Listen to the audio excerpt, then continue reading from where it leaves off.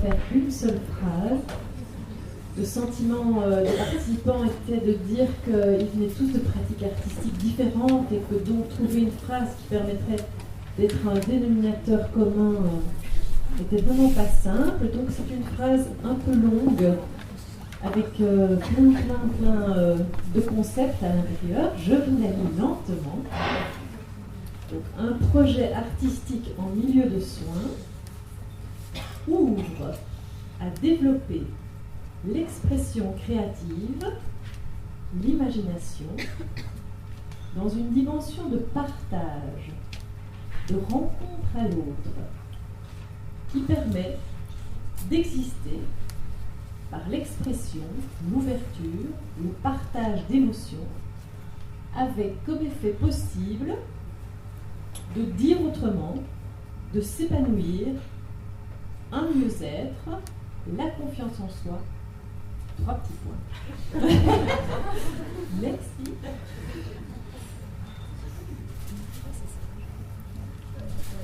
Directement, on va passer à l'autre. Bon, eh bien, nous avons été devant les mêmes difficultés.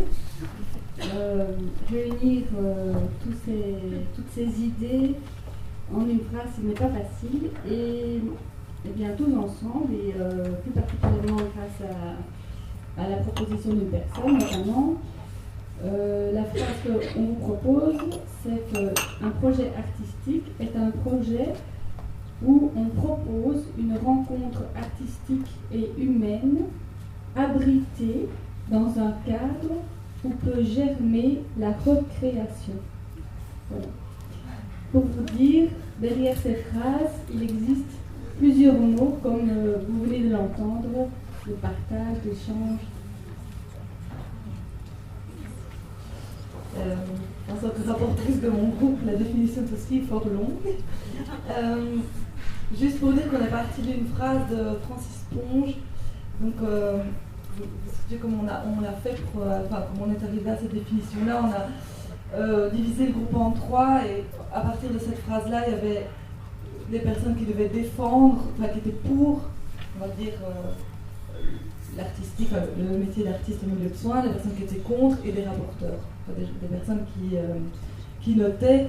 Et Laurent s'amusait à frapper dans sa main pour essayer pour changer. Donc les personnes qui étaient pour devenaient contre, une seconde à l'autre. Voilà. Et donc cette phrase de Francis Ponge, je vous la dis quand même parce que la fonction de l'artiste est fort claire. Il doit ouvrir un atelier et y prendre en réparation le monde par fragments comme il lui vient. Donc ça c'était la phrase qui a lancé le débat.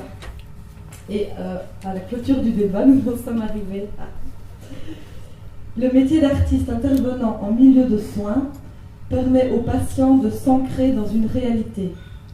Il permet d'explorer des chemins de traverse. Il permet le lâcher-prise et le partage. Il permet aussi la rencontre et la transformation. Le métier d'artiste intervenant en milieu de soins ramène de l'espoir. Il n'impose pas de modèle préétabli et n'a pas de jugement.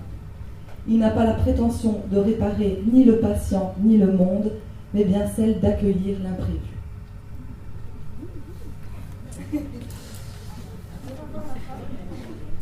La phrase de Ponge, oui, je peux la répéter. La fonction de l'artiste est fort claire. Il doit ouvrir un atelier et y prendre en réparation le monde par fragments comme il lui vient. En réparation. Voilà, sur ce je change de casquette, je deviens plus organisatrice. Pour vous signaler que les personnes arrivant en retard, ce serait bien qu'après l'intervention qui se passe maintenant, donc juste avant le repas, elles viennent me trouver à la table là, juste pour signaler qu'elles sont bien là et recevoir les documents qu'on a donnés aux personnes qui étaient là à 9h. Et vous dire aussi que voilà, il y a Anne Debras qui va venir ici prendre la parole, qu'après c'est le repas qui se passe en fait dans la seconde moitié de la salle ici, et que l'après-midi se passe en plénière ici toute l'après-midi, et que on va dire en plein air, mais ensemble, à partir de 14h. Voilà. Donc ici, après 1 heure de lunch.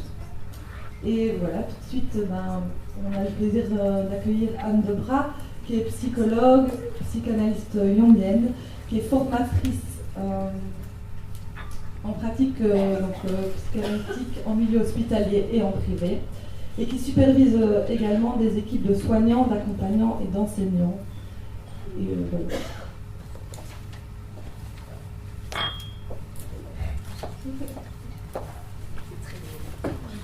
J'ai de la place. J'étais assis là.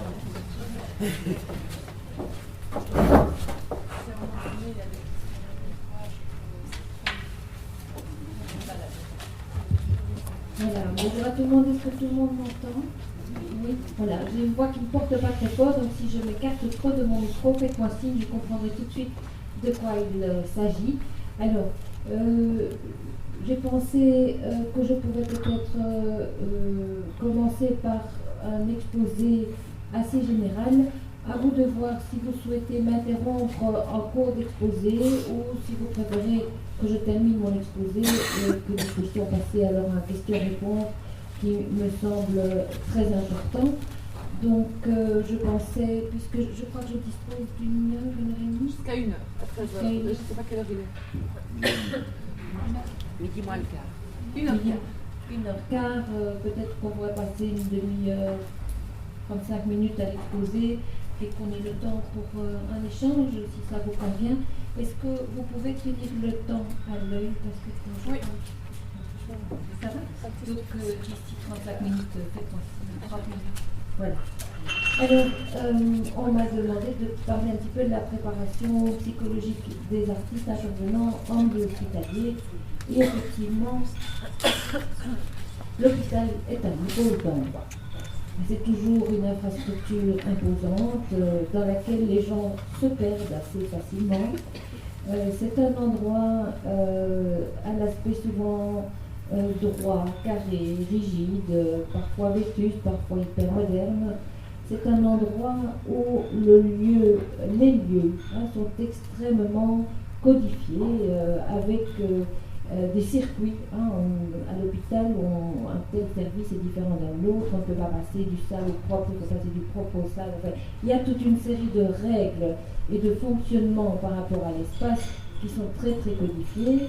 Quant au temps, eh bien, il est organisé d'une manière quasi standardisée pour tout l'hôpital, avec pour les patients un temps qui peut parfois durer très très peu de temps subjectivement, et parfois aussi un temps qui s'éternise.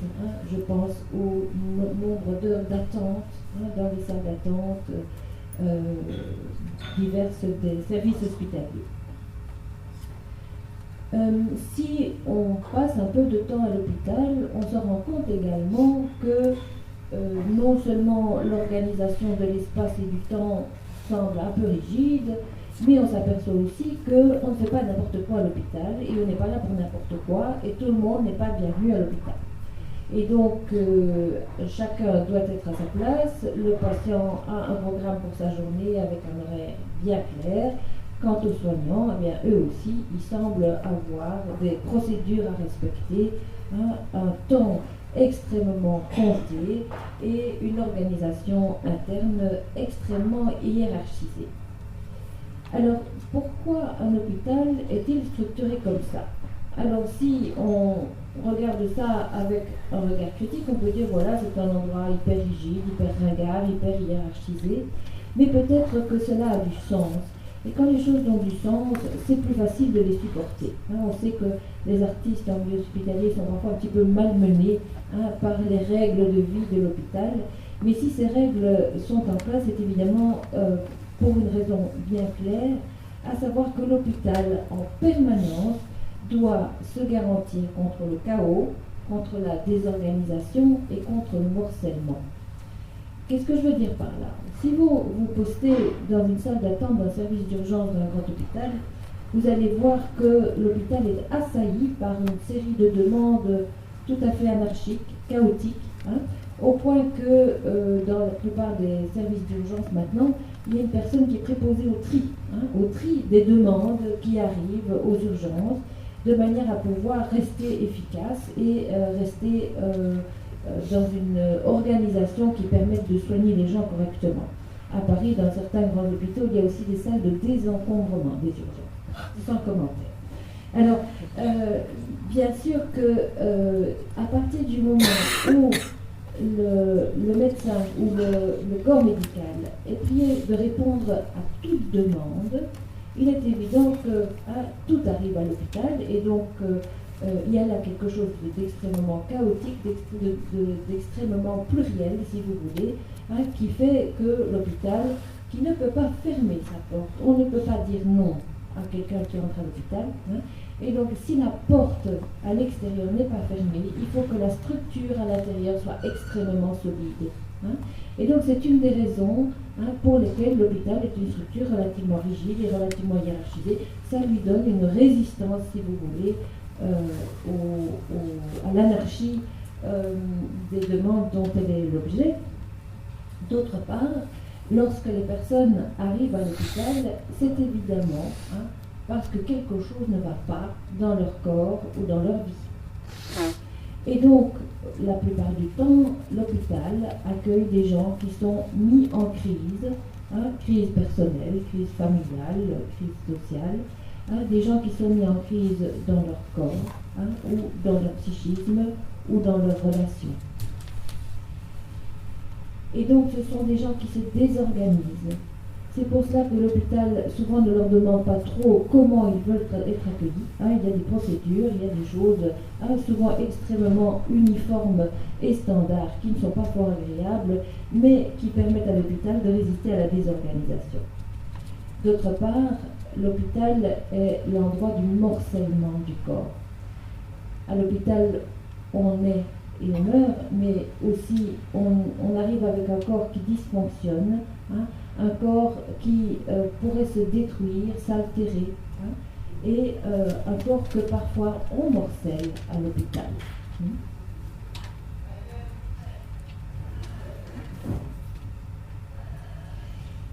Alors, à l'hôpital, il y a aussi une logique qui est différente de la vie quotidienne. Il y a d'une part une logique scientifique qui règne. La logique scientifique se base sur des faits, sur des mesures. Elle utilise essentiellement la rationalité et elle se base pour agir sur ce qui est reproductible. Alors, vous venez dire vous-même que votre métier d'artiste ou votre travail d'artiste, c'est d'accueillir l'imprévu. Et donc, on voit d'emblée à quel point arriver à l'hôpital avec votre logique d'artiste va probablement créer une espèce de choc, parfois doux, parfois un peu moins doux, parce qu'on fonctionne là dans deux logiques extrêmement différentes. L'une est une logique de rationalité et de contrôle rationnel, l'autre est une logique d'accueil à l'imprévu et à ce qui surgit.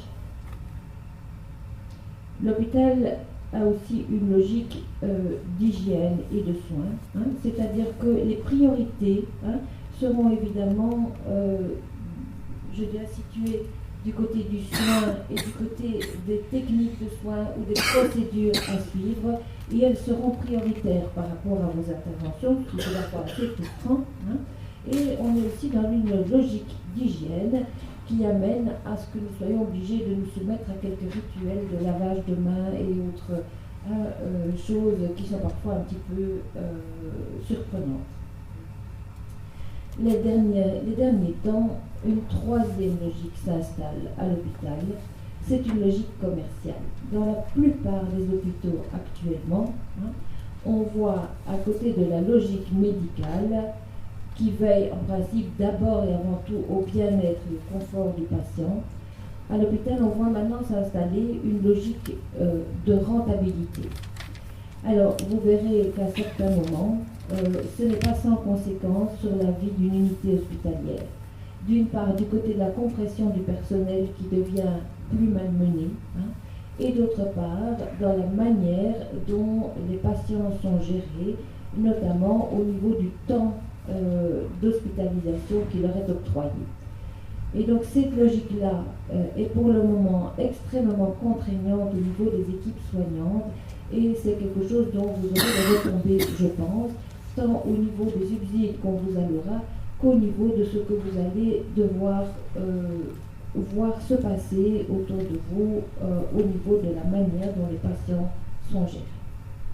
Tout ceci, évidemment, nous amène à des questions éthiques qui me semblent peut-être sortir un petit peu de mon propos aujourd'hui, mais que je trouve vraiment fondamentales. Alors, qu'est-ce qui se passe à l'hôpital? Quand un patient rentre à l'hôpital, il est mis en crise souvent. Alors, quand il rentre à l'hôpital parce qu'il a eu un accident, évidemment qu'il est dans l'imprévu.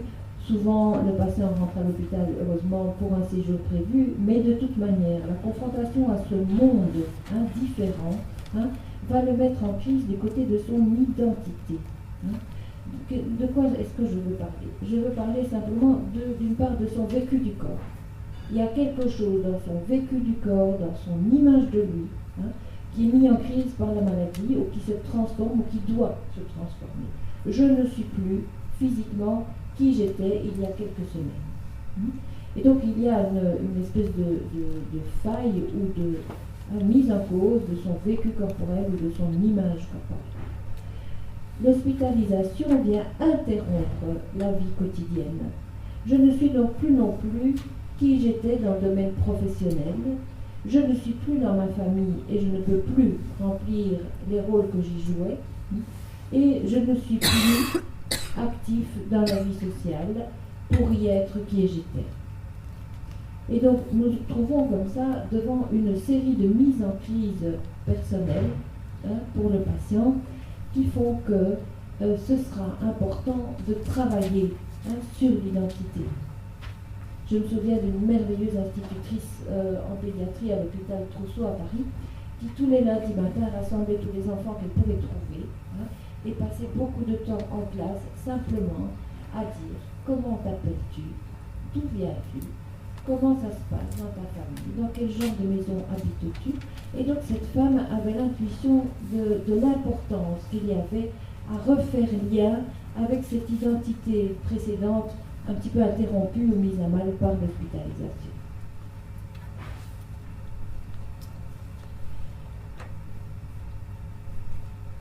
Au niveau des patients qu'on rencontre à l'hôpital, on va trouver des malades relativement vite guéris, heureusement. On va trouver aussi des malades chroniques et puis des malades qui sont en fin de vie ou dont le pronostic est évidemment un peu moins encourageant. En ce qui concerne les maladies aiguës rapidement résolues, je dirais que cette crise est tellement temporaire que le patient n'a pas beaucoup le temps de s'installer dans cette nouvelle identité de patient.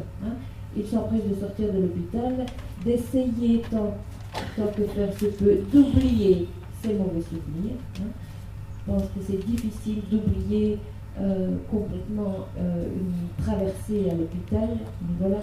Quant aux patients chroniques, ce sont des personnes qui sont dans un vécu corporel difficile, avec, je dirais, une obligation de fonctionner avec des limitations, des frustrations permanentes, des empêchements.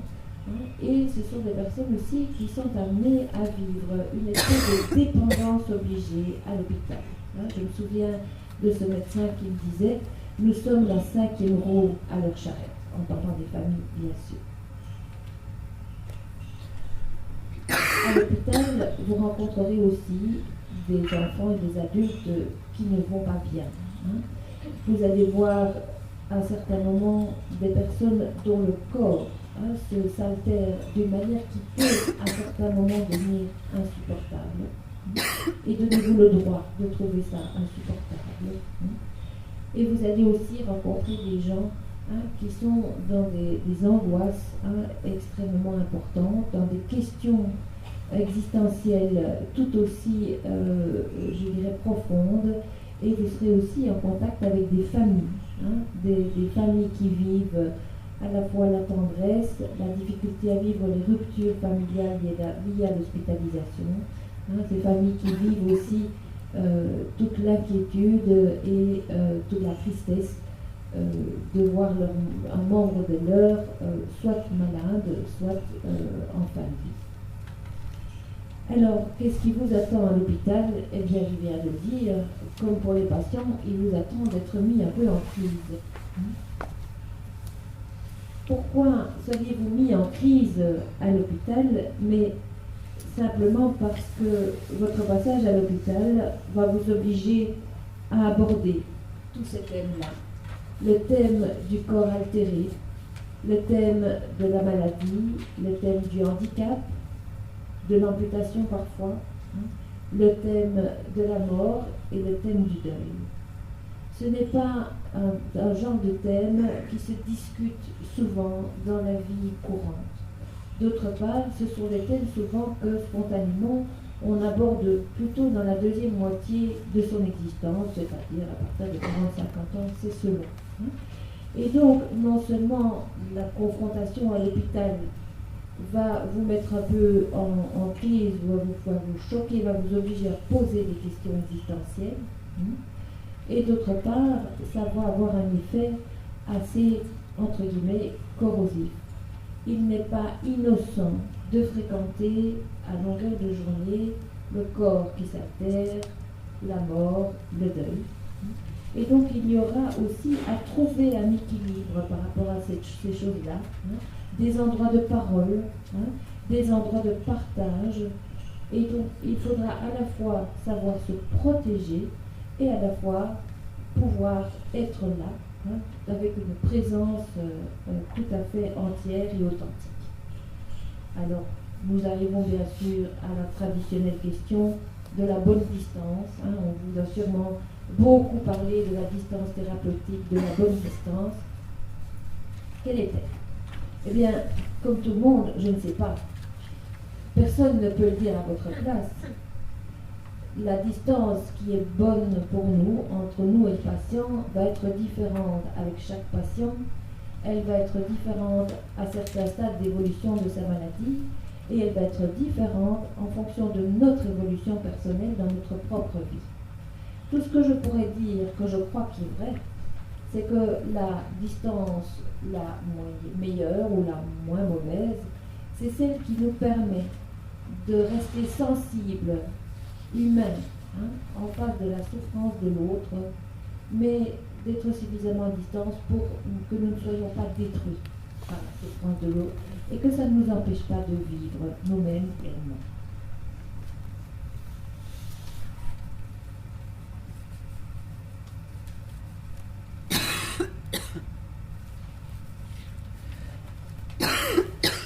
Arriver à l'hôpital, c'est se rendre compte que l'être humain est infiniment vulnérable, que tout peut arriver.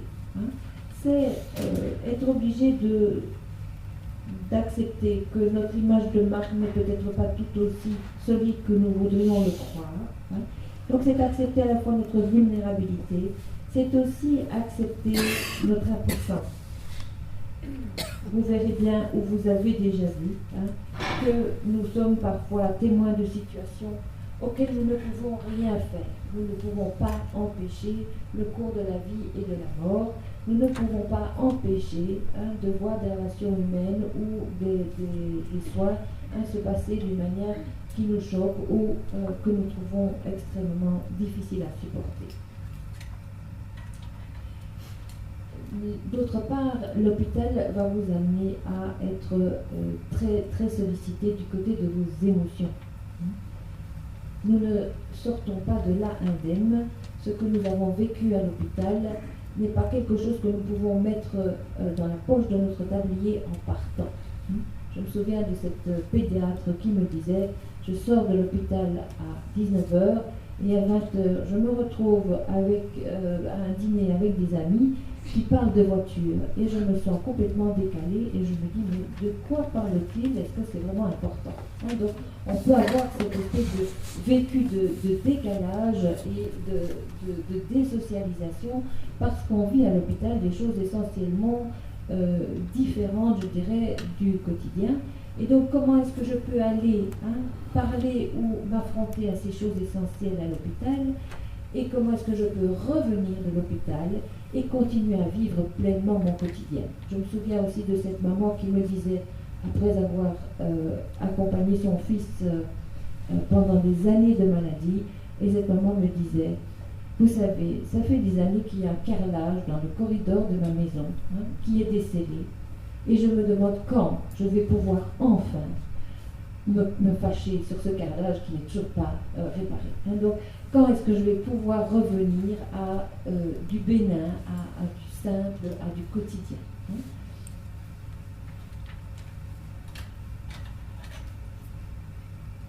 J'ai trouvé aussi dans un livre quelque chose qui peut-être caractérisait le mieux ce que je pouvais vivre moi quand je travaillais à l'hôpital avec des enfants en oncologie. J'ai trouvé ça dans un livre de quelqu'un qui décrivait son vécu après 10 ans de guerre civile au Liban. Et cette personne utilisait une expression que je trouvais extrêmement juste. Et il disait, nous étions bouffis d'émotions.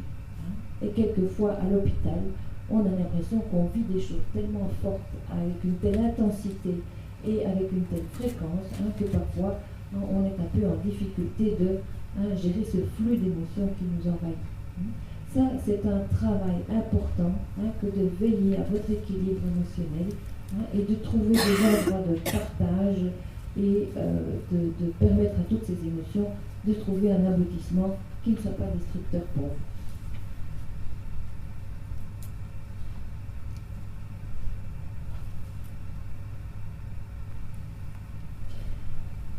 Alors, qu'est-ce qui va aussi vous mettre en difficulté peut-être à l'hôpital? C'est que vous n'allez pas y travailler seul. Vous allez devoir vous intégrer dans une équipe pluridisciplinaire. Et je sais que l'enfer, ça peut être les autres.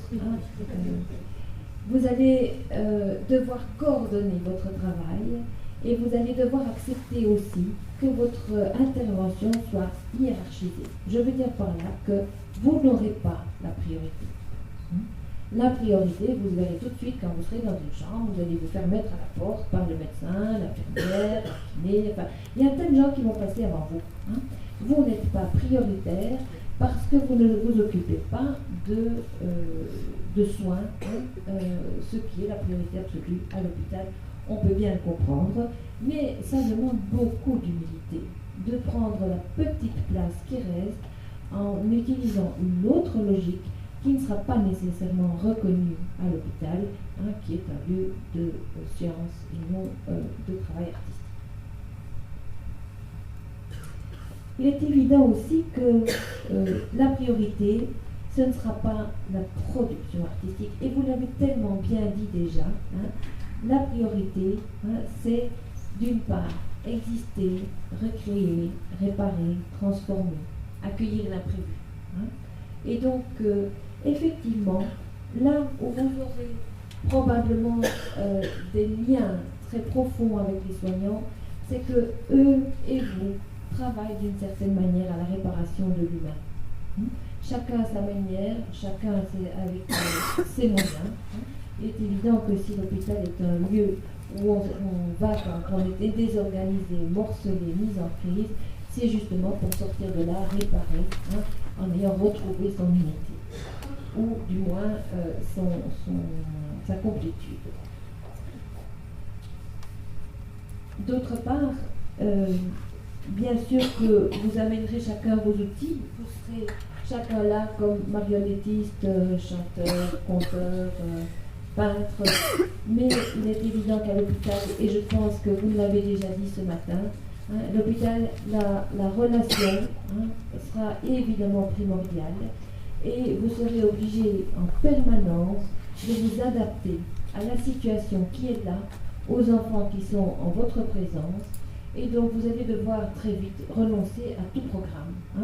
Petit à petit, on apprend à arriver à l'hôpital avec sa, entre guillemets, valise pleine d'outils, et en fonction de la situation ou des enfants qui nous sollicitent ou des adultes qui nous sollicitent, eh bien on sortira de notre valise tel ou tel outil qui nous semble approprié. Ça demande évidemment une grande adaptabilité et ça demande d'être capable soi-même de rebondir assez vite et si possible assez vite.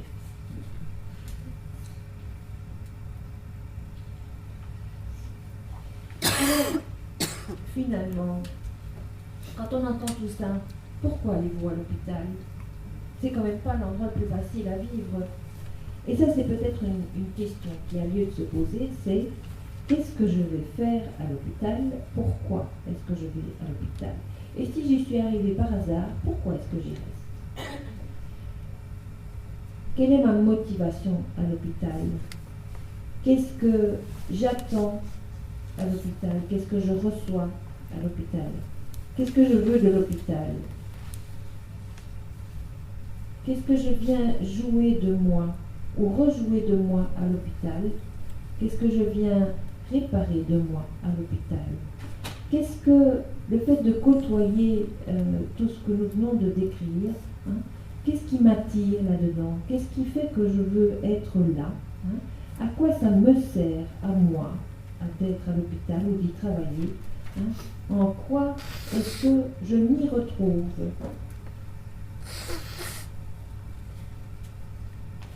Alors, c'est une des raisons pour lesquelles certains sont mis en difficulté, hein, à l'hôpital. C'est parce que l'hôpital vient nous obliger à revisiter, à remobiliser tous nos vécus antérieurs, que ce soit par rapport au corps, par rapport à la mort, par rapport au deuil, par rapport à l'impuissance. Et donc, il est bien difficile d'aller à l'hôpital sans avoir un petit peu revisité son paysage intérieur, je dirais, par rapport à tous ces thèmes. Où en suis-je, moi, par rapport à mon corps, par rapport à mes maladies, par rapport à mon passé, hein, d'être humain qui a rencontré, bien sûr, et la maladie, et la mort de l'autre, et le deuil. Comment est-ce que je vis mes deuils? Que reste-t-il de mes deuils? Comment est-ce que je supporte le deuil des autres? Et la mort, qu'est-ce que j'en fais dans ma vie? Quand est-ce que je l'ai rencontrée? Et quelle place est-ce qu'elle tient? Comment est-ce que je peux vivre avec cette idée qu'à l'hôpital, tout peut arriver?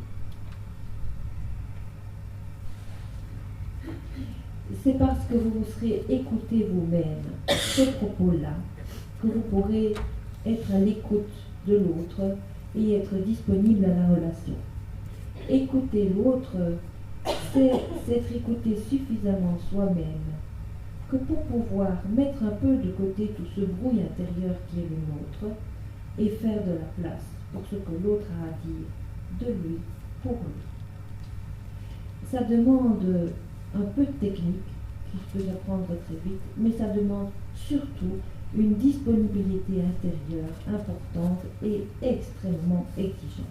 À ce niveau-là, les enfants, je peux vous assurer, sont très rigoureux et très exigeants. Je me souviens de cette petite fille de 6 ans qui arrive à 4 heures de l'après-midi, heure à laquelle je fatigue un peu après une journée de consultation, et qui s'installe pour dessiner. Et en mon fort intérieur, je me dis, ouf, elle dessine, j'en ai pour 2 minutes, 3 minutes à souffler. Et à ce moment-là, j'entends une petite voix, elle ne m'avait même pas regardé, qui me dit, je vais m'en aller.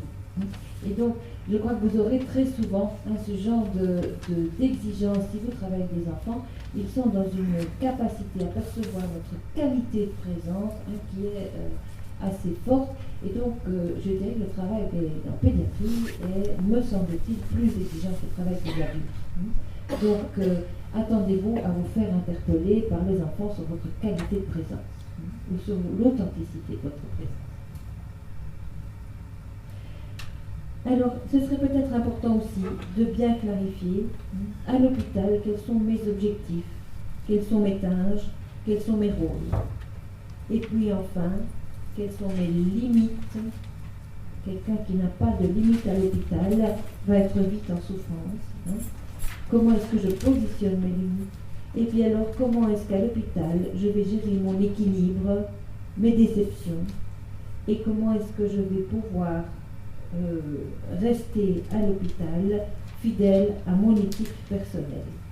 Par éthique, j'entends bien autre chose que la morale, Par éthique, j'entends mon attitude en termes d'ajustement légitime à la situation et en termes de responsabilité. Une autre question va se poser aussi, c'est qu'est-ce que je fais de ce que le patient me dit? Bien sûr que vous êtes là avec une autre logique. Vous êtes une des seules personnes qui sera attentive à ce qui surgit. Et donc bien sûr que si vous êtes là avec votre disponibilité, des choses vont surgir. On n'écoute pas les gens parce qu'ils nous parlent, ils nous parlent parce que nous les écoutons. Et donc si vous vous mettez dans cette disponibilité aux patients, bien sûr que des choses et des questions essentielles seront partagées. Qu'allez-vous faire de ça? Comment allez-vous répondre à cela? Voilà que se pointe à l'horizon la traditionnelle question de la vérité, mais aussi la question du relais à l'équipe pluridisciplinaire, la question de la confidentialité et la question aussi de votre compétence en écoute, et puis des relais que vous avez dans votre propre équipe pour élaborer tout ce qu'il vous aura été donné de vivre. À l'hôpital, dans une chambre, vous aurez peut-être un enfant qui sera accompagné de ses parents, grands-parents. Vous serez peut-être dans la chambre d'un adulte, accompagné d'un conjoint, de ses propres enfants ou d'amis. Bien sûr que là aussi, comme artiste, vous serez sollicité. Ce seront des questions curieuses, ce seront des demandes diverses. Est-ce que je peux écouter le conte avec mon enfant? Ou tiens, à propos, j'ai un problème à mon cours de peinture, est-ce que vous ne pouvez pas me dépanner? Là aussi, vous allez être l'objet de sollicitations en tout genre, mais vous allez aussi être l'objet de réticence. Qu'est-ce que vous venez faire à l'hôpital? Qu'est-ce que vous allez faire avec mon enfant? Et puis, le peu de temps que nous avons ensemble, vous venez nous prendre. Et donc, à vous aussi, d'avoir la délicatesse de sentir, quand vous rentrez dans une chambre d'hôpital, si vous êtes le bienvenu et si c'est le bon moment. Les Grecs ont cette merveilleuse notion, les anciens Grecs avaient cette merveilleuse notion de kairos, le moment propice, le bon moment pour que les choses se passent.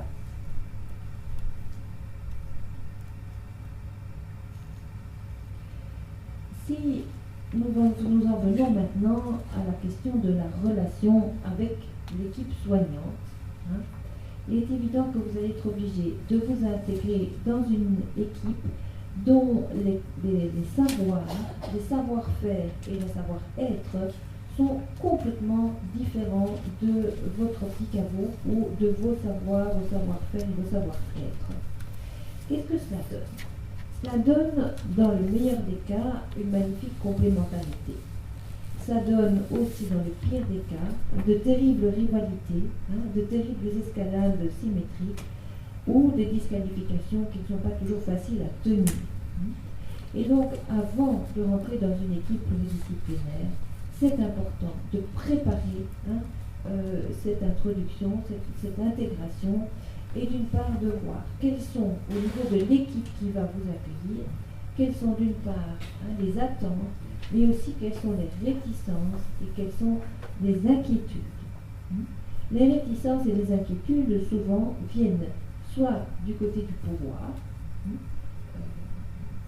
surtout quand en place, vous avez soit une personne dans le métier proche, je pense à un ergothérapeute, ou quand vous avez des bénévoles qui sont déjà en place, donc vous allez devoir faire très attention à ne pas menacer le territoire de ces personnes-là.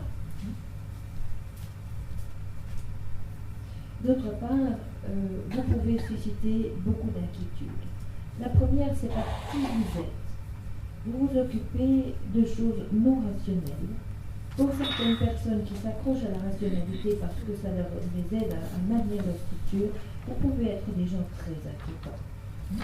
D'autre part, une autre inquiétude qui suscite la rivalité, c'est que pour certains soignants, vous êtes les personnes qui se payent le luxe de venir de temps en temps, quand ça vous arrange, ce n'est pas vrai, mais c'est quand même perçu comme ça, et qui avez une relation privilégiée avec l'enfant ou le patient, à qui vous ne faites pas mal. Et donc, beaucoup de soignants expriment que toutes ces personnes viennent leur prendre, entre guillemets, l'affection ou la reconnaissance des patients. Ce qui me semble complètement faux, bien sûr, hein, sauf si vous-même êtes dans cette dynamique-là, hein, mais à ce moment il faut vous interroger, mais vous devez tout le temps faire attention à cette peur-là. D'autres soignants vont avoir besoin de vous contrôler, étant donné que le contrôle à l'hôpital reste quand même un mécanisme extrêmement important, mais aussi utile. Hein. Les personnels infirmiers est prié de contrôler, de passer au moins toutes les 2 heures dans chaque chambre et de contrôler les paramètres. Alors, on vient contrôler vos paramètres, et donc toute la question sera de pouvoir transmettre, expliquer aux équipes ce que vous faites sans trahir ce que les patients vous auront dit, ou sans rendre compte, je dirais, de vos activités. Il est quand même important que vous puissiez, dans chaque lieu de travail hospitalier, avoir un référent.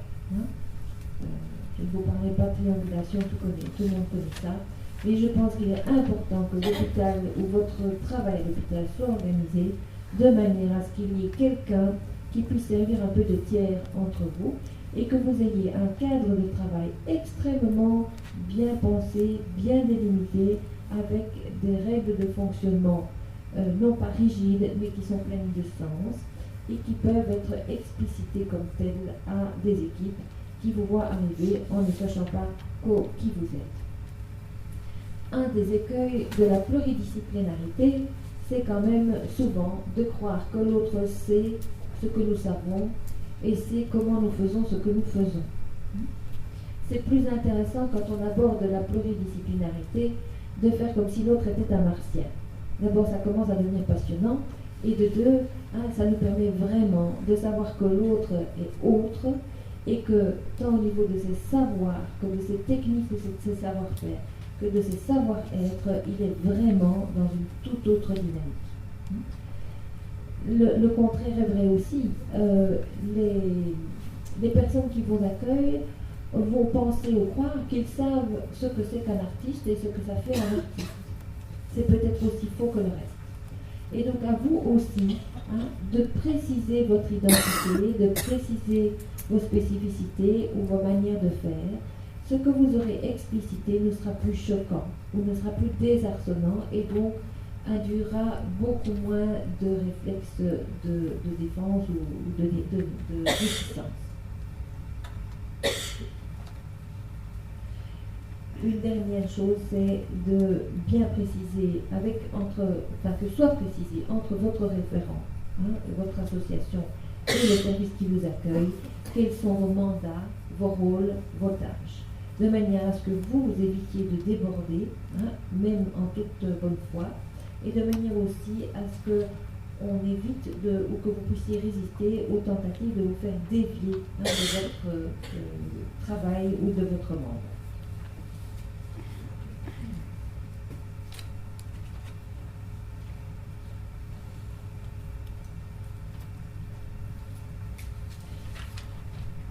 Mais je pense que je ne vais pas en dire beaucoup plus que cela. J'espère qu'on pourra échanger des questions.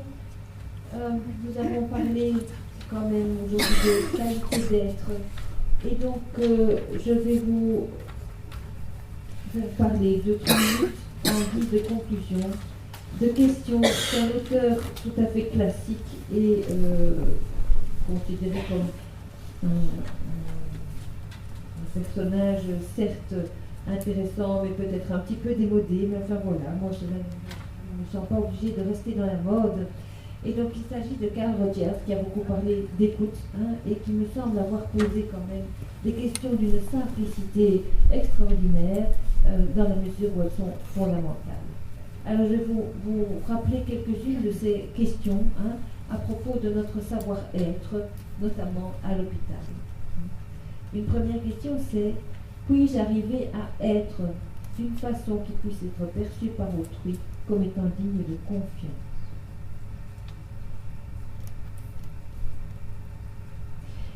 Suis-je capable d'éprouver des attitudes positives envers l'autre. Attention, chaleur, intérêt, respect.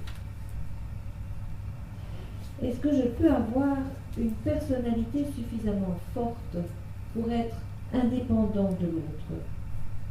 Autrement dit, suis-je capable de respecter bravement mes propres sentiments, mes propres besoins, aussi bien que les siens?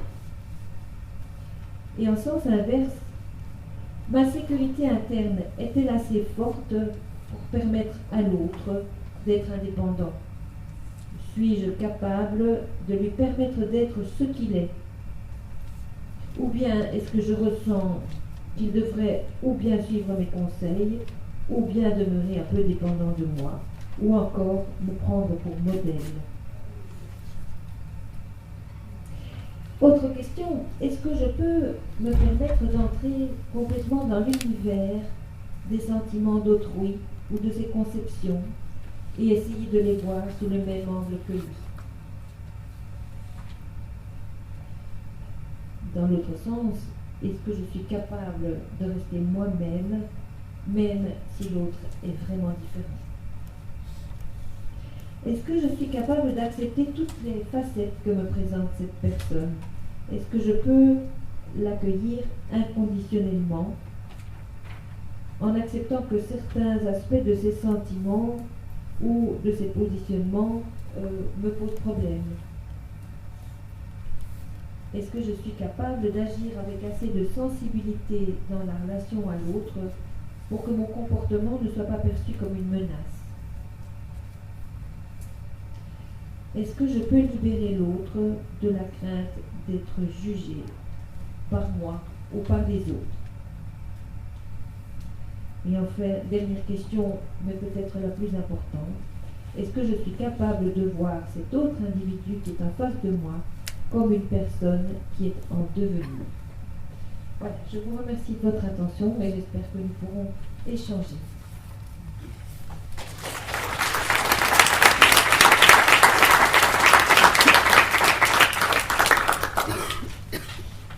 J'ai un micro ici pour les personnes qui voudraient poser des questions. C'est moins pour l'écoute de la salle, mais c'est aussi parce qu'on enregistre et tout ça. On enregistre justement pour ceux qui n'ont pas tout noté. On va faire un compte rendu en fait des deux journées. Si quelqu'un souhaite.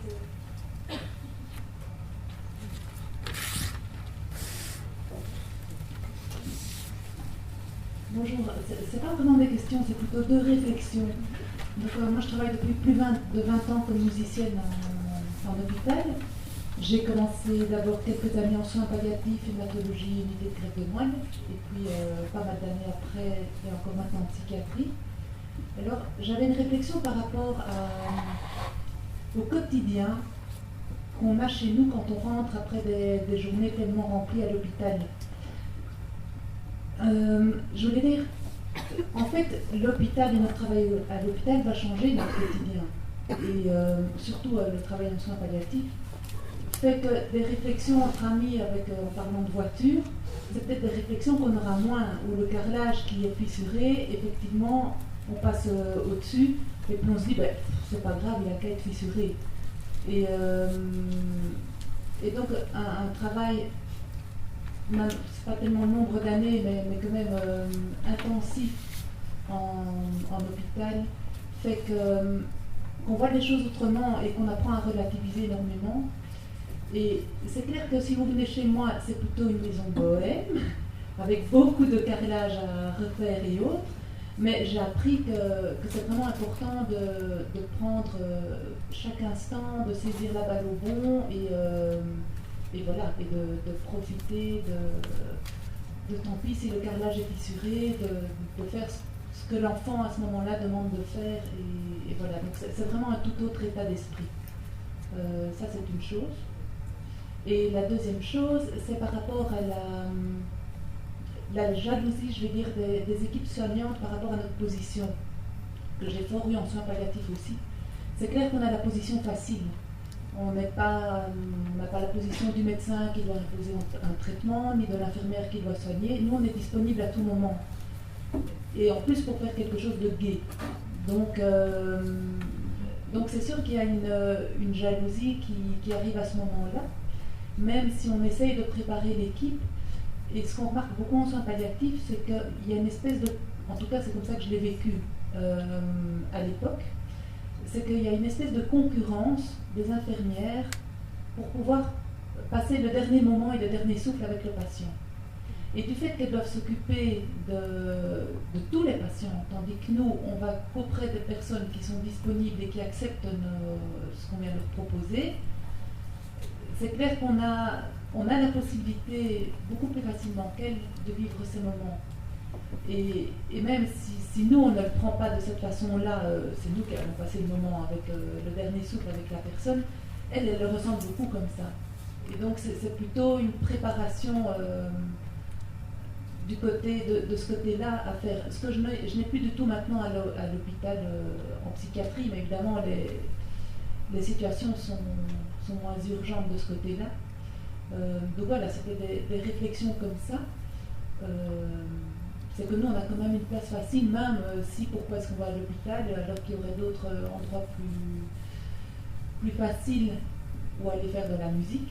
Mais ça reste une place voilà, qui est plus chouette, je pense, que d'aller avec une seringue faire des piqûres ou changer des transfusions.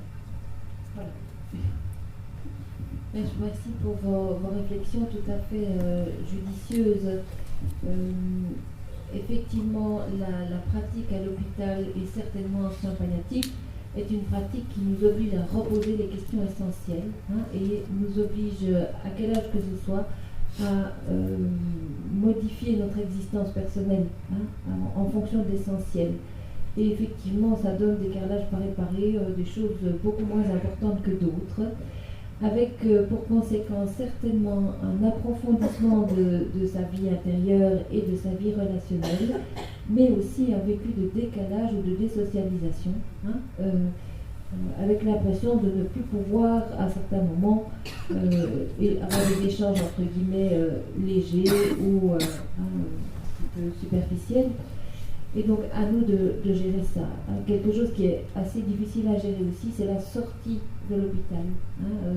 Beaucoup de soignants disent qu'ils ont besoin d'un, entre guillemets, j'utilise un mot hospitalier évidemment, un sas. Ils ont besoin d'un sas entre le moment où ils sortent de l'hôpital et le moment où ils rentrent dans leur vie de famille. Et je pense qu'effectivement, c'est important de ne pas s'infliger cette espèce de violence de la rupture ou de la transition abrupte d'un monde à l'autre. Ce sont deux mondes vraiment très différents et des mondes dans lesquels on ne rentre pas avec les mêmes protections. À l'hôpital, on ne rentre pas sans protection. Dès qu'on met le pied à l'hôpital, on peut être sollicité de n'importe quelle manière, par n'importe qui. Et donc, je dis toujours aux bénévoles, aux personnes que je forme, quand vous rentrez à l'hôpital, n'oubliez pas votre tablier. Alors, j'aime bien le mot tablier parce que c'est quand même pas la carapace, c'est pas les scaphandriers, mais c'est quand même ce qui permet de se mettre dans une perspective de travail. On est au travail, à l'hôpital, on est dans une distance de travail avec les autres et on a besoin d'un peu de protection. Si notre protection est trop forte, nous allons devenir complètement insensibles. Et donc nous devons tout le temps réguler ça. Alors, quelque chose qui aide certains soignants, c'est soit d'avoir ce sas, soit d'avoir un moment de socialité avec les collègues avant de rentrer chez soi, soit alors un rituel. Il y a des tas de soignants qui ont leur petit rituel, je passe par le parc et puis je fais ça, enfin voilà. Alors il y a des rituels addictifs évidemment, je passe par la grande surface, je dépense trop dessus, enfin je mange le chocolat. Voilà. Et donc essayez de trouver des rituels qui sont du côté de la vie, du côté de votre bien-être. Voilà. C'est bien vu. Alors, aux soins palliatifs, je comprends tout à fait que la concurrence avec les soignants soit encore plus difficile à vivre, parce que évidemment que les soignants qui ont fait le choix de travailler en soins palliatifs, c'est des gens qui ont axé leur carrière sur la relation et sur le maternage, je dirais. Et donc vous êtes vraiment beaucoup plus, je dirais, sur leur terrain. D'autre part, et vous l'avez très bien dit, le spectre de la mort idéale n'est pas loin, donc il y a la mort idéale, la compagnie de sa famille, de ses soignants, etc. hein.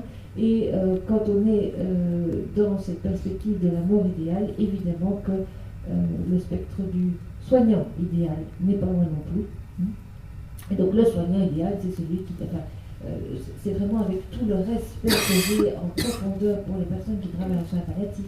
Hein, mais on a parfois comme ça des images assez étonnantes hein, de la bonne mort de la personne qui est décédée avec sa famille et en tenant la main de son soignant. Hein.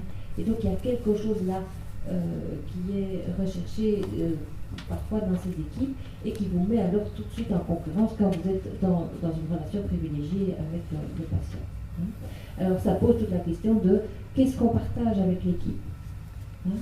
Quel est le degré de confidence que l'on partage, qu'est-ce que l'équipe doit savoir de ce que nous savons, qu'est-ce que nous devons savoir de ce que l'équipe sait, hein.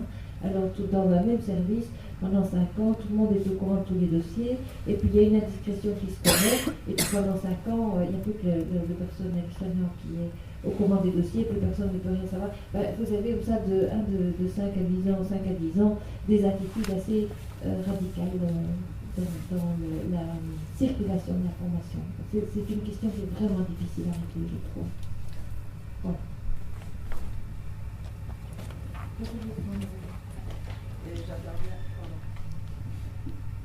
J'interviens en danse, moi, et je voulais peut-être apporter aussi quelques-unes de nos réponses pour les danseurs qui interviennent par rapport aux motivations à travailler à l'hôpital.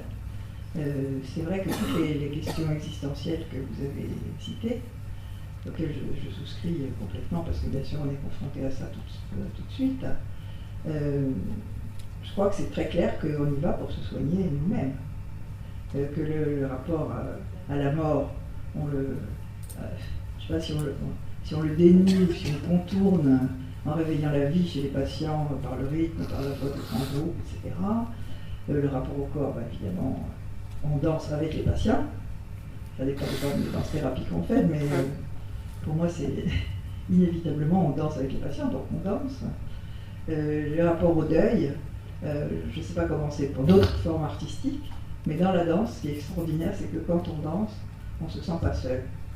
Même si on ne danse pas en couple, je dirais, il y a de l'autre, par le rythme, par la musique. Donc voilà, on se soigne. C'est une des motivations. Il n'y a pas que le dévouement dans les motivations à travailler à l'hôpital, je pense. Alors, vous savez, j'aime beaucoup votre réflexion parce qu'elle est d'une part extrêmement sincère et en plus vraie.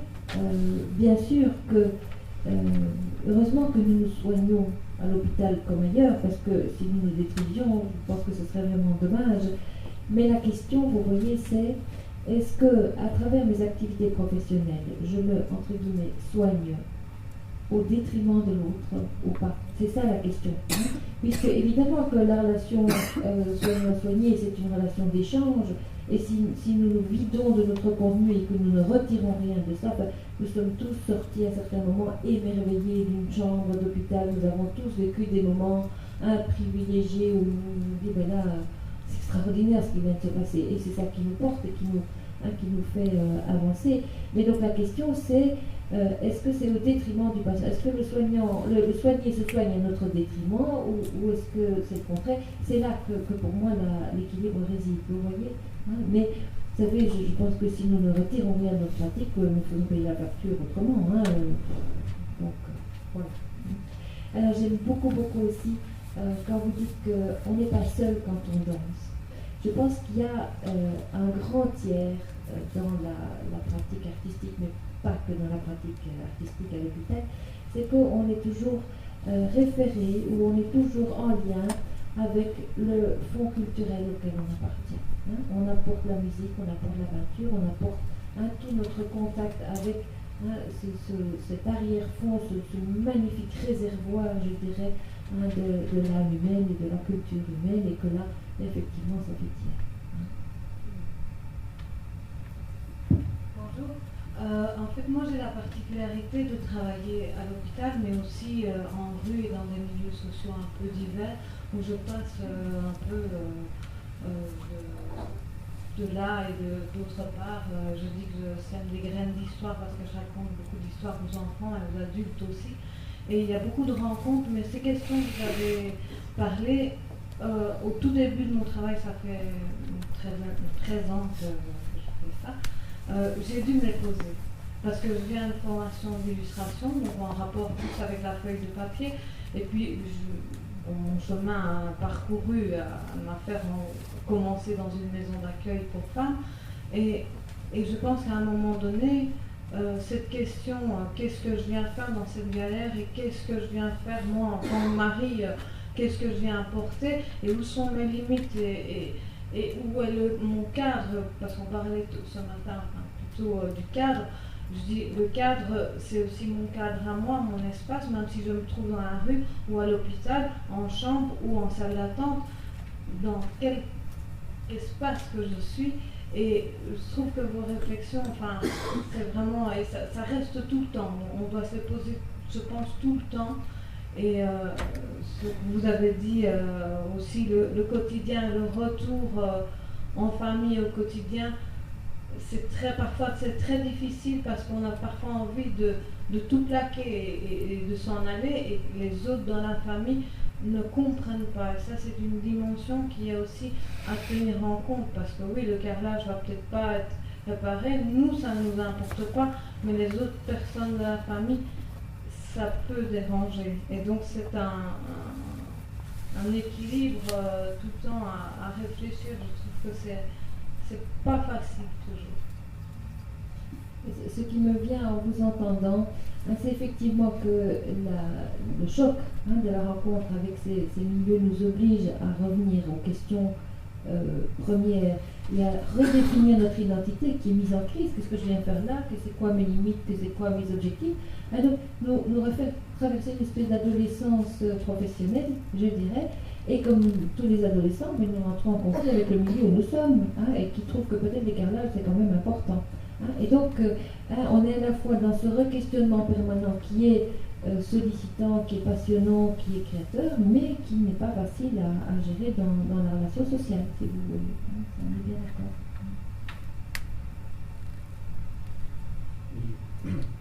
Je travaille dans le théâtre action. Parmi tout ce que vous avez dit, il y a tellement de choses qui sont extraordinaires à rappeler. Il y en a deux sur lesquels je voudrais m'attarder. D'un côté, c'est ce qui vient d'être dit avec la difficulté de l'après. Mais d'abord, d'une manière générale, ce que vous avez dit s'applique, je dirais, à tous les ateliers, en tout cas, en ce qui concerne le théâtre, et là où il y a de la création collective, et où il y a de la réexistence.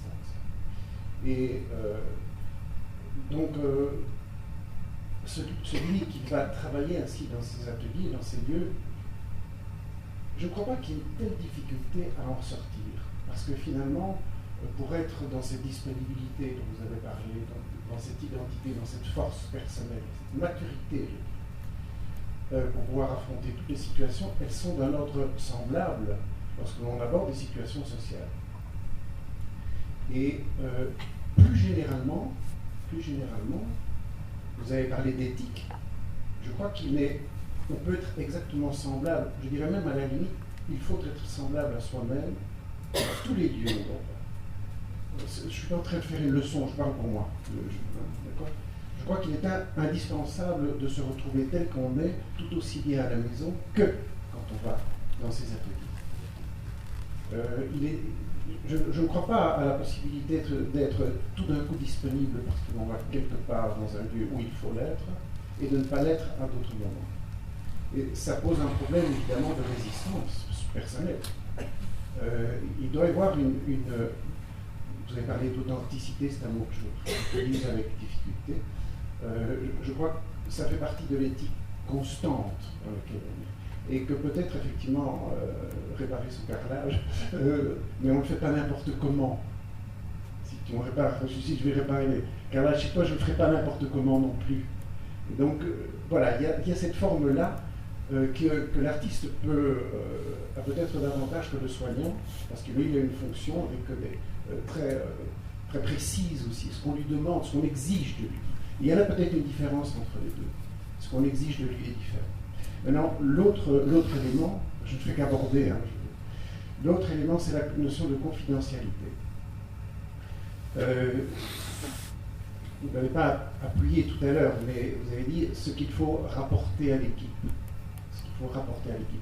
Je pense que quand on est dans le domaine de la création, donc de la réinventivité, et de soi et du monde, etc., celui qui crée ainsi, que ce soit collectif ou personnel, ce qu'il dit est dans ce qu'il fait. Et qu'il y a une limite à dire, à rapporter les conditions dans lesquelles il le fait, pourquoi il le fait, ce qu'on a constaté. Je suis plutôt dans l'idée, là, de dire, écoutez, voyons ce que la création va nous dire, plutôt que de dire, voici comment il est pendant la création. Et que finalement, oui, l'artiste a aussi le droit à respecter la confidentialité de ce qui est en train de se mettre en œuvre pour faire, pour aboutir. Et c'est ce qui est abouti qui va être non seulement son expression de la personne ou du groupe, mais ça va être aussi ce que ce groupe, ce que cette personne voudra dire d'elle-même aux autres. Et là, tout d'un coup, on retrouve le lien, et ce qui sera dit. Donc voilà, ce sont les limites que j'imprimerai à la notion de confidentialité. Bien sûr, il y aura un moment où tout sera dit, mais ce qui sera dit, ce sera la chose dite, ce sera la chose présentée. C'est-à-dire l'être à travers ce qu'il fait.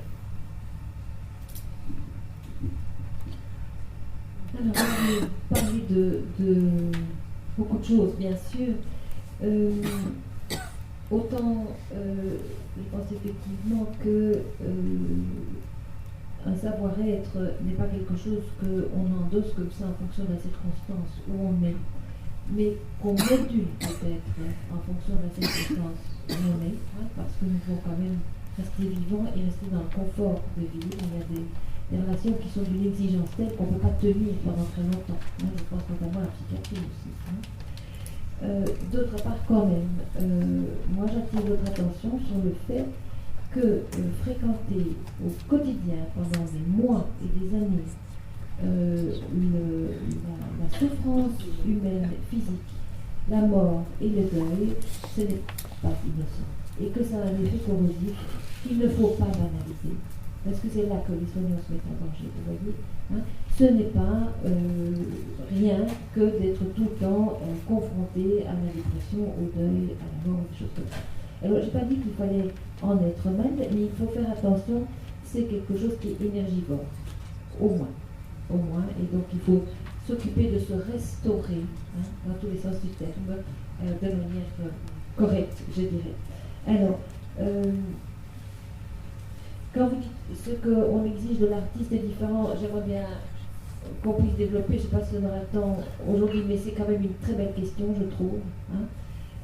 Et quand vous parlez de confidentialité, évidemment qu'il y a des choses qui de toute façon ne peuvent pas se transmettre. Ce qui se passe dans la relation singulière autour d'une création artistique, de toute façon vous aurez beau essayer de transmettre, il n'y a rien qui passera, en fait c'est pas possible.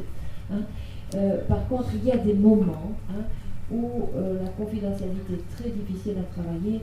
Par exemple, quand vous avez une confidence, par exemple d'un jeune qui vous dit tu sais, moi je prends pas mes médicaments et je les jette à la poubelle et je dis pas. Si nous savons que ça me met en danger, nous sommes parfois à l'hôpital devant des situations, c'est un peu cornélienne, où il est important d'avoir un tiers référent pour savoir comment on se positionne. Voilà. Donc, je pense que tout est une question de mesure. Voilà.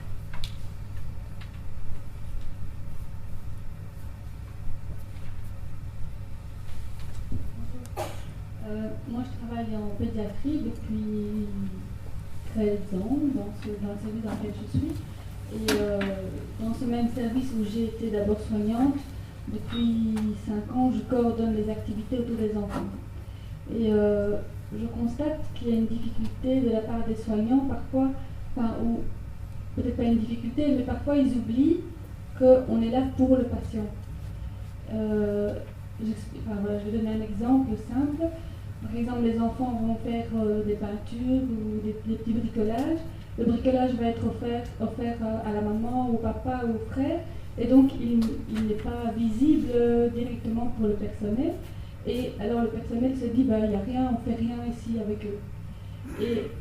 Et bon, moi, je suis en train de défendre l'idée que l'enfant, il fait une activité qu'il a envie de faire, il va y participer, et ben, s'il a envie de l'offrir à sa maman parce que c'est à elle qu'il a pensé en le faisant, ben, c'est son cadeau du jour. Et donc, entre mon envie de faire en sorte que l'enfant puisse avoir ce moment à lui et qu'il le partage, et celle du soignant qui attend quelque chose, c'est un peu parfois difficile. Alors ça c'est le quotidien à l'hôpital avec cet œil de contrôle qui est là tout le temps. Vous n'allez pas contrôler si les infirmières ont bien, ne laissez pas couler la perfusion, mais eux viennent contrôler ce que vous avez fait avec les enfants. Alors qu'est-ce qu'ils viennent contrôler là? Qu'est-ce qu'il y a comme demande derrière? C'est ça qui est intéressant. Qu'est-ce qu'ils viennent vous demander, ou pourquoi ont-ils besoin d'avoir une emprise sur vous? Personnellement, j'ai développé à l'hôpital un art de la pirouette qui me permettait, je dirais, de dire les choses avec humour ou avec gentillesse. Par exemple, dans le cadre de ce que vous me décrivez là, peut-être que j'aurais essayé de répondre, il a fait un grand secret pour sa maman, et comme c'est secret, forcément, tu ne peux pas le voir. Alors je rappelle gentiment qu'il y a là de la confidentialité. Et puis peut-être que j'irai plus loin en disant, ah bon, qu'est-ce que tu aurais bien voulu voir, ou qu'est-ce que tu veux savoir. Et parfois, vous savez, d'accueillir les gens dans votre lieu de travail, de montrer votre matériel, ça les rassure. Souvent, quand ils ont besoin de contrôle comme ça, c'est qu'il y a une question derrière. C'est ça qui est important d'essayer de comprendre. Quelle est l'inquiétude ou quel est le besoin qui fait que cette personne a besoin de venir voir ce que vous avez fait avec l'enfant.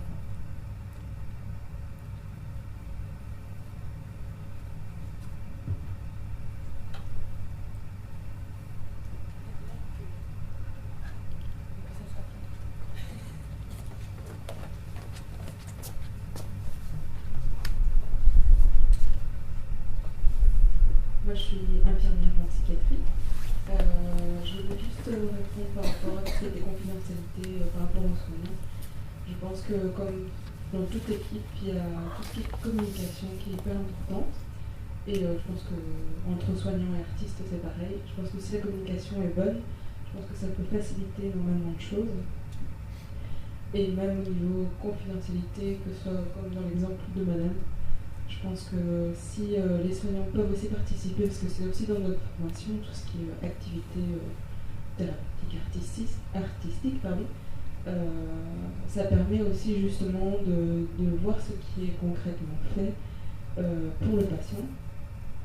Et ça permet justement une bonne communication, je pense. Et dans l'exemple justement de Madame, nous on fait, souvent les soignants participent, il n'y a pas vraiment d'artistes qui viennent bien spécifiquement dans le service, mais on travaille avec des jeunes. Et le fait de participer, on voit ce qu'on fait tous l'un envers l'autre, et finalement on est tous là pour le patient. Et c'est pareil que ce soit avec le psychologue ou entre nous, s'il n'y a pas une bonne communication, ça ne fonctionne pas. Je pense qu'il faut rester ouvert et travailler ensemble. Avant tout. Alors, ce que vous dites là est évidemment très juste, mais c'est là que les difficultés commencent. Qu'est-ce qu'on communique? À qui? Avec quels mots? Qu'est-ce que signifient ces mots-là pour l'autre? Vous voyez, c'est l'habituelle difficulté de la communication. Il faut pas oublier qu'en psychiatrie, tous les soignants sont psychiatriques, ou ont une formation en psychiatrie, donc il y a un vocabulaire de base, souvent des notions qui sont quand même plus ou moins élaborés, et ce sont des gens qui sont, de par leur formation, axés sur la relation et la communication. Donc en principe, ça devrait aller mieux qu'ailleurs, ce qui n'est même pas toujours le cas. Alors,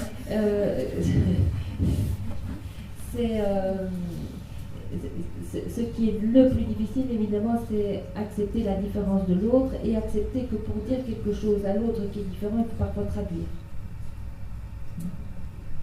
Voilà, enfin, c'est pas aller plus loin.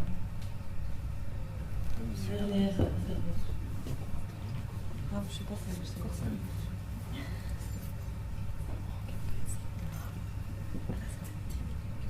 Bonjour.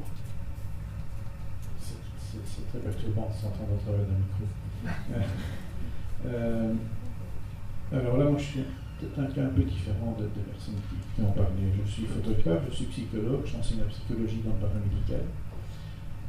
J'ai enseigné la photographie, j'exerce la photographie et je suis aussi un être humain tout simple qui est accompagné des membres de ma famille, effectivement, dans un processus qui allait vers la mort, et donc j'étais confronté, comme tout un chacun, au milieu hospitalier.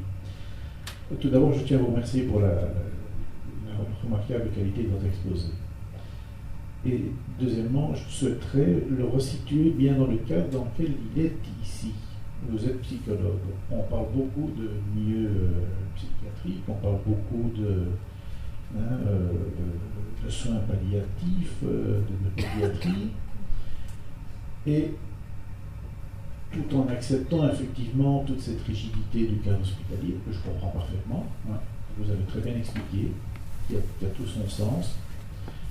Il y a quand même cette notion de peur du corps médical par rapport à l'intervention, à l'imprévu, à l'intervention de l'artiste. Moi, je me pose vraiment une grande question. C'est peut-être un pavé dans la mer, je m'en excuse, mais ça me... jusqu'à quel point, parce qu'on nous demande, jusqu'à quel point le corps médical, qui se dit scientifique malgré toute sa subjectivité, qui a très bien été mise en évidence par un certain Jean-François Malherbe, qui a d'ailleurs été expulsé de Belgique pour ses propos sur la subjectivité dans les diagnostics médicaux, mais qui a été accueilli à bras ouverts au Québec et qui a créé toute une faculté d'éthique médicale là-bas.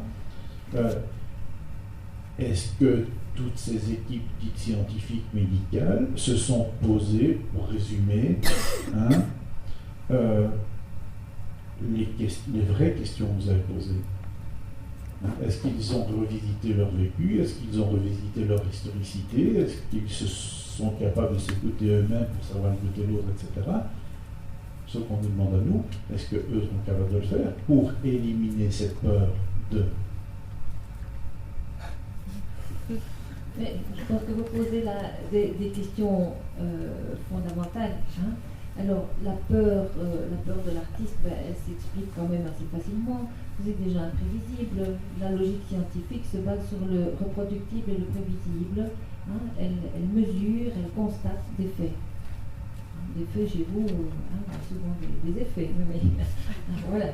Alors, quand vous posez la question de est-ce que le corps médical, lui, fait ce genre de démarche, écoutez, je crois que je ne suis pas la seule à prêcher qu'il est important d'insister sur la formation psychologique des médecins et du personnel infirmier. J'ai moi-même enseigné dans une école infirmière pendant 10 ans avec vraiment des tas de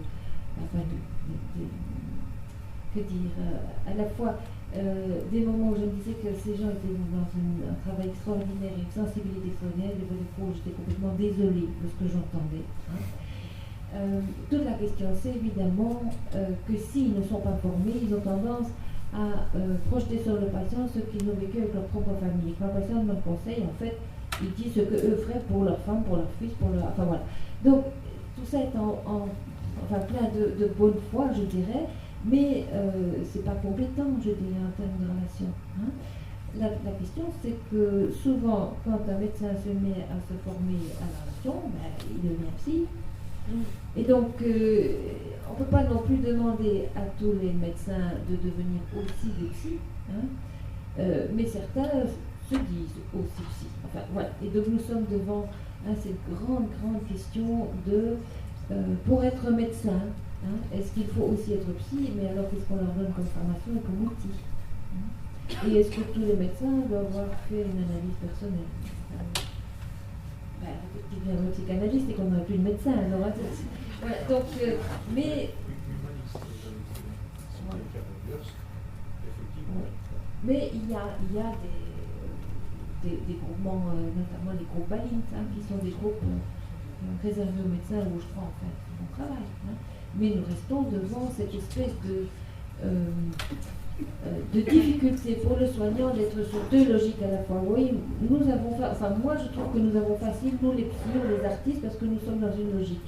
Le médecin et l'infirmière doivent être dans deux logiques différentes. D'un côté la logique scientifique, hein, et d'un autre côté la logique humaine. Et c'est pas toujours facile de jongler l'un et l'autre. C'est une ébauche de réponse.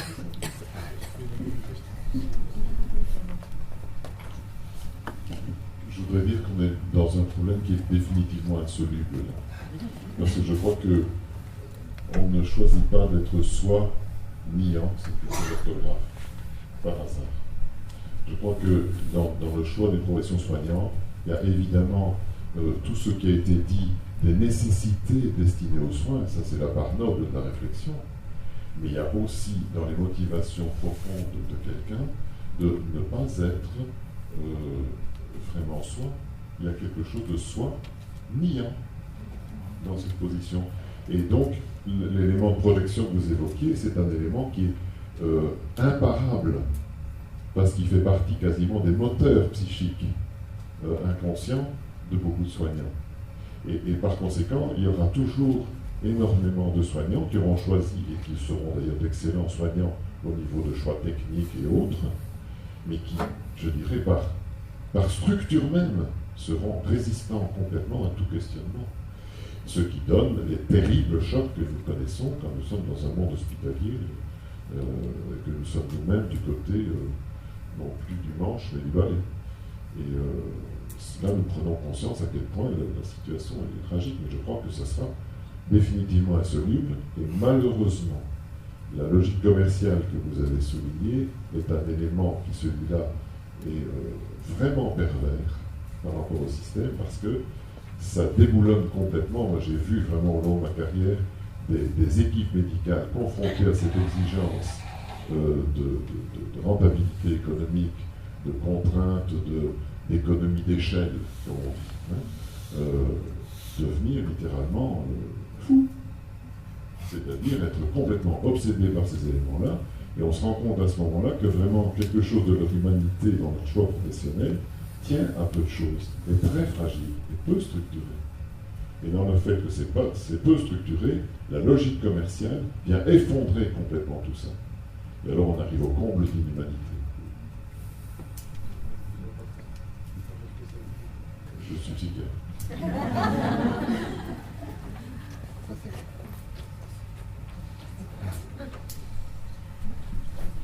Je vous remercie de cet échange qui était, je trouve, très riche, avec des questions qui vont nous relancer vers notre pratique, j'espère, avec peut-être encore un peu plus de questions, mais aussi un peu plus de conscience. Ce n'est pas vrai.